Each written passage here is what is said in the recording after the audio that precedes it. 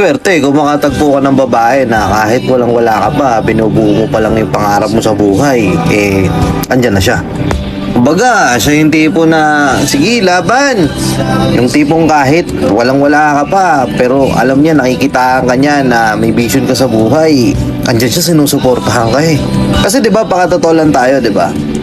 Kumbaga, halimbawa, ikaw okay na, stable na yung buhay mo, mayaman ka, marami kang pera, natupad mo yung pangarap mo sa buhay, tapos may dadating na babae sa'yo. Nakilala ka niya kasi ganyan ka na. Kumbaga, established ka na. Tapos, dadating yung sitwasyon na medyo magda-down ka, medyo babagsak yung status mo sa buhay, tapos unti-unti siyang nagiging cold sa'yo. Unti-unting nawawala yung pagmamahal. Mapapaisip ka, mahal ka ba talaga? Pero pansinin mo yung mga babae na sinamahan ka simula 0 days, tapos ngayon okay ka na, andyan pa rin sila. Tangina, sarap, no?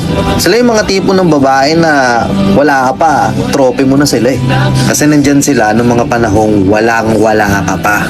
Kung sana yung mga gatong klaseng babae, ingatan po natin. Hindi yung kapag meron na tayo, bibitawan na rin natin yung babaeng tumaguyod sa atin ng mga panahong walang-wala pa tayo. Tangina, rare yan, tol.